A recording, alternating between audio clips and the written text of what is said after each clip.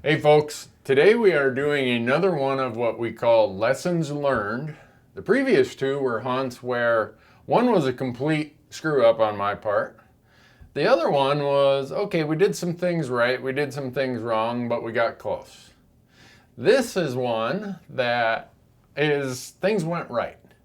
And I think there's some lessons to be learned when things go right also. In other words, it reinforces what you did right, and the next time you'll probably do the same thing. So I'm going to lay kind of the scenario of what this is. This was a general season elk, a late season hunt in Montana. So late season. We all know that when I break out my 5 periods of elk, right? Early, pre-rut, peak rut, post-rut, late season. Late season is sanctuary. So, this was second week in November. And second week in November, we had already had a really big snowstorm in October. I mean, like a really big snowstorm, and temperatures down to 0 degrees. So I'm going to just show you how I plan that. So here's the summer range up here. Here's the winter range. The transition range is the stuff in between. That's where the elk use parts of the landscape between the time when they leave the summer range in September and when they get to the winter range in, it might be late November or December. So by knowing what the transition range was, we were able to cross off all of this and cross off all of that.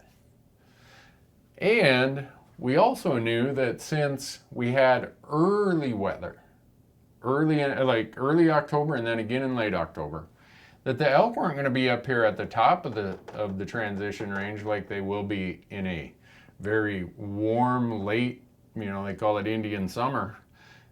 They're going to be more towards the mid and the bottom part of the transition range, right down here. And if the cows are down here, the bulls are always up just a little bit higher. So that was one of the things we did. We just said, all right, we know that sanctuary and security is absolutely critical in the late season period. So where were we going to find sanctuaries? We know in Montana, these elk sometimes migrate anywhere from 5 miles to 40 miles. So where along this migration route are the sanctuaries that are somewhat closer to the winter range? So with that, we were looking for very specific areas. We know the migration corridors. All right, where are the sanctuaries that are closer to the winter range? Still on the transition range, but closer to the winter range. So by focusing on those areas, we were able to identify the places elk are likely to be. And I always say it, the number one reason that people usually don't fill an elk tag, a general elk tag, especially on highly pressured public lands, is they don't know where to find the elk at the time they are hunting. You might go there and find them in July. Okay, they're up on the summer range. That doesn't do you any good in November. So, point number one was just knowing exactly when your tag is. Now, if this was pre-rut, or post-rut rather than late season, completely different set of circumstances apply. So the next thing, and I touched on it earlier, are what have been the weather patterns leading up to your hunt? And by that, I mean the week or two prior to your hunt. What if it's drought? That's going to put elk in a different place. What if it's cold and snow? Well, that's the condition we have. It put elk in a different place. What if it's warm? Each of these require you to think out, all right, I know the general concept, all right, they're going to be in sanctuary mode. You got to figure what would an elk be responding to in the time that you're hunting. So kind of following up on point one, like I said, we knew that the weather was going to move these elk from the top of the transition range to the lower end of the transition range, and they were going to find sanctuaries along this migration corridor. So if this is a mountain range here, and this is their winter range over here, 10 miles away, there are going to be places along the way that have sanctuary. You don't know exactly where they're going to be, but they're going to be somewhere along that migration corridor. And the more severe the winter, or earlier the winter, the closer they're going to select sanctuaries over here by the winter range. The warmer the weather leading up to it, the closer their sanctuaries are going to be over here by the summer range. So this is all the transition range along this migration corridor. These type of weather patterns leading up to your hunt are going to determine where the elk are. Because if we would have went and hunted an area that we might have seen elk on a warmer year, well, we're going to be up here on this part of the migration corridor, but the majority of the elk are down here. We're not going to find any elk. So the weather patterns leading up to your hunt, just like in this case, were important of finding more of what I call spots on the spot. So you find your general area, but then how do you find those spots within the general location? I need an artist, an illustrator. I mean, my illustrations aren't that great. Here's the other thing. Next step. I know, and I say this all the time, that late season and post-rut are a glassing game. Even though you know elk are in certain locations, you just don't go wander around. Because this transition range, even though on my map, my illustration here, it's shown as a pretty tight location, actually in most instances, it's miles, it's hundreds of square miles. So if you think you're just going to walk around and find elk, you're crazy. You might, and you might stumble into them. But let your eyes do the walking in late season, and post-rut is a glassing game.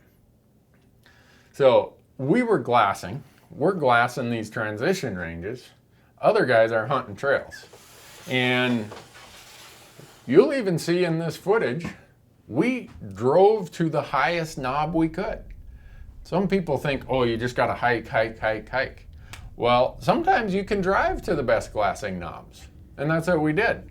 And we were glassing 3 to 5 miles away.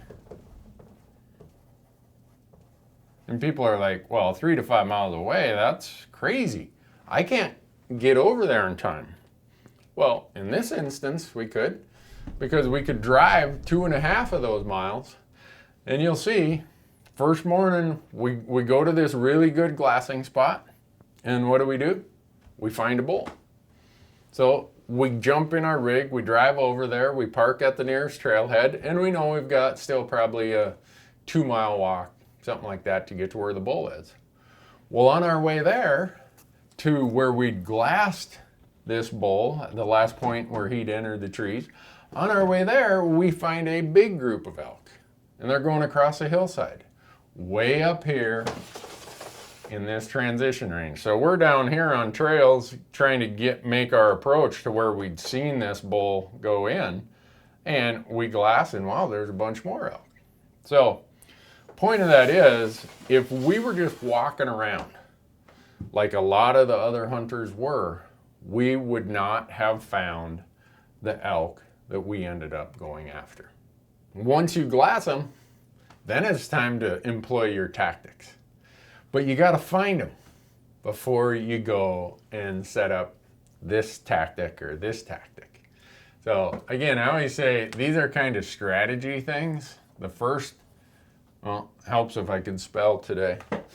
Strategy. My uncle does call it strategy on purpose, and I better not spell it that way. Strategy. are usually these first three, and then tactic is usually the later items. So one of the other things about a late season hunt on public land, there's usually going to be a lot of trails around. So right here, trails are meant to get you somewhere in a hurry. They're not meant to hunt from. So assume this purple mark here is a trail. There were other hunters. I'll give my best rendition of a stick man here. And he's got his rifle on his shoulder. And they're just walking these trails down low. Well, we're over here. We've already glassed elk up above those guys. And we saw many groups just walking these trails. Well, guess what? The elk know that trail is there because season's been open for 2 weeks and there's been a steady stream of traffic walking those trails. And the elk are like, well, why would we hang out down at this trail? Let's hang out up here. So we get to one of these trails and we know that we saw the elk disappear here because we glassed them. So we get off the trails and we start bushwhacking up to the transition range, or over here up to the transition range. The point of that is walking trails is not a hunting tactic. A trail is to help you cover ground to where you want to be as quickly and easily as possible. That's the purpose a trail serves. Don't use it as a hunting location. So often we see groups of people park at the trailhead and just strings of guys walking around all the trail systems. That you can use that to your advantage. You know that the elk understand that, and that's why we always say, where are the roads and trails? And we go away from those locations. I probably ought to write down what this is, huh?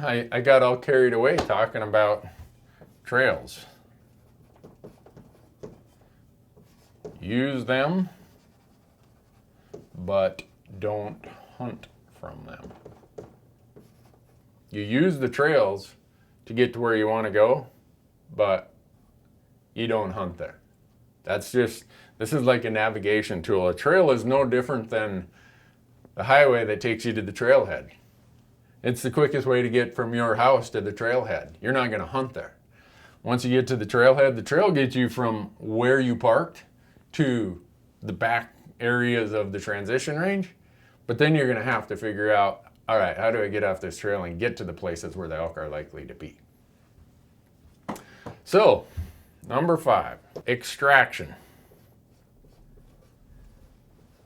This is what scares away most people in a late season hunt, is it's cold, there's snow, and the extraction might be anywhere from, in our case, these were 5 and 6 miles in, but sometimes it's 2 to 6 miles.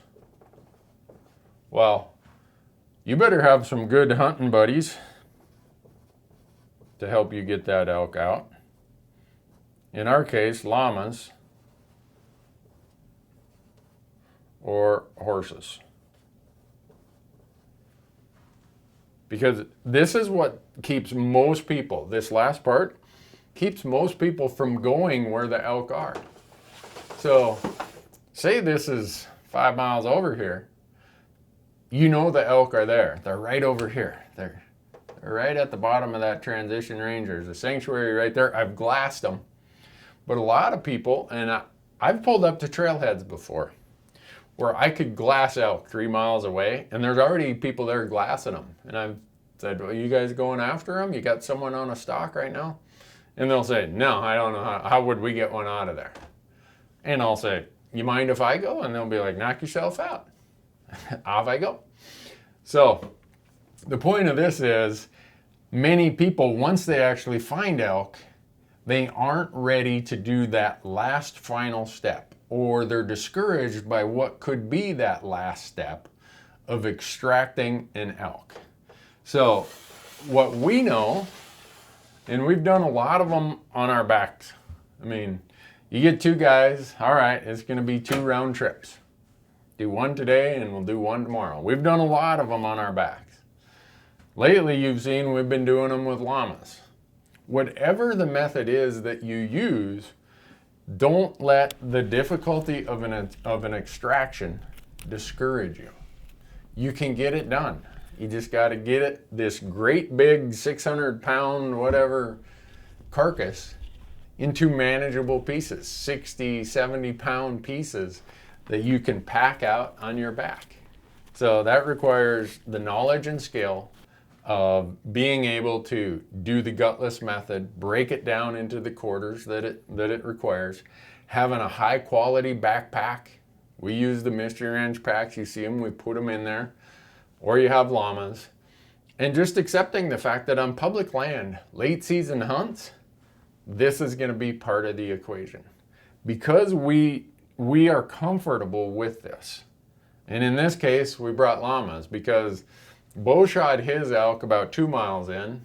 My buddy Matt from On X, he shot his about 5 miles in. And when we went to extract Matt's bull, I shot a bull. Well, I'll be honest with you, at my age, I'm not shooting a bull 6 miles back if I got to carry it all out by myself.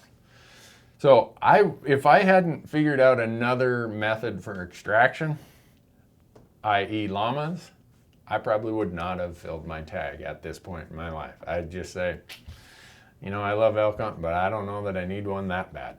Now, when I was 30 years old, I shot some elk in some really stupid places. Actually, in Colorado in 2016, on my 52nd birthday, I killed one in a stupid location. Took Marcus and I 2.5 days to pack it out, but we had a strategy.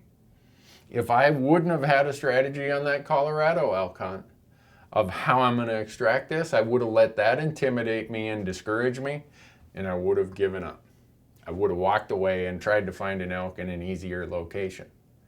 Well, a lot of times on these late season, highly pressured, general tag, public land hunts, you aren't going to find mature bull elk in the easier location. So that's why this last part here, us knowing that we can do this, we've done it enough times, but we all started somewhere. We all figured it out and made some mistakes and whatever. Staying away from trails and not being intimidated by what the extraction would require is why we ended up taking 3 bull elk in 4 days on a general public land hunt. So, know what season you're hunting and know what the need is during the period you're hunting. Late season is sanctuary. It's not food, it's not water, it's sanctuary. Know the general weather patterns that might create some nuances about where the elk will be located when you get there. And know the tactics. So this is probably more a tactic than a strategy. Glassing is a post-rut and late season tactic that's going to make you way more effective. These hard-working folks who were just walking trails everywhere, and this place has a maze of trails where we were at. They were working hard, but they weren't seeing any elk. They were seeing tracks where they're crossing. Well, guess what? They're going from here down over to here or over there. So, glass. If it's cold, some people say, well, as quick as I stop and glass, I get cold. Start a fire. We do that all the time. Don't think that you're going to outwalk elk in big country in November. You're not. And you might bump into one. But to be consistently effective and increase your chances of finding elk, glass them. And then know where the trails are. Use them to get to where you want to go, but don't hunt them. And then be ready to extract them because you are going to kill an elk and you're going to hang your tag on one. And you got to know how to get it out of there. Hopefully that's some ideas. I went through this episode, thought about this hunt, and said, all right, what were the things that we did right? These are the things I think were critical to our success. If you want to watch this hunt, it's on our YouTube channel. It's on our Amazon channel. We'll put the links down here in the description. And if you want to, or if you'd be so inclined, Give us comments down below so we know more about, do you want stuff about elk? You want it about bear, deer, antelope, whatever? And do you want it about failures or successes? What can we do to expand this so that the lessons we learn, both from error, from failure, or the lessons we learn by reinforcement in our successes, we can hopefully share with you. Thanks for watching.